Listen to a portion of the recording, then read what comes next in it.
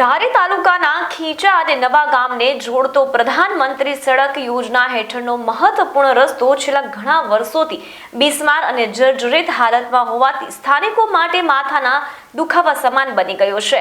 રસ્તા પર ઠેર ઠેર અડધા ફૂટથી લઈ 1 ફૂટ સુધીના ઊંડા ખાડાઓ પડી ગયા છે, જેના કારણે ડામર, મેટલ કે કાંકરીના નામો નિશાન પણ રહ્યા નથી। સ્થાનિક રહેવાસીઓએ આ અંગે તંત્રને અવારનવાર રજૂઆત કરી હોવા છતાં નિર્ભેળ તંત્ર દ્વારા આજ દિન સુધી તેને બનાવવાની કે રિપેરિંગ કરવાની કોઈ કામગીરી હાથ ધરવામાં આવી નથી।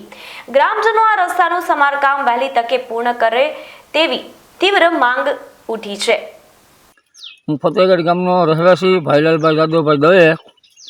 ખિસ્સા ફતેહગઢનો રોડની હાલત આજ છેલ્લા 3 વર્ષથી બિસ્મલા થઈ ગઈ છે।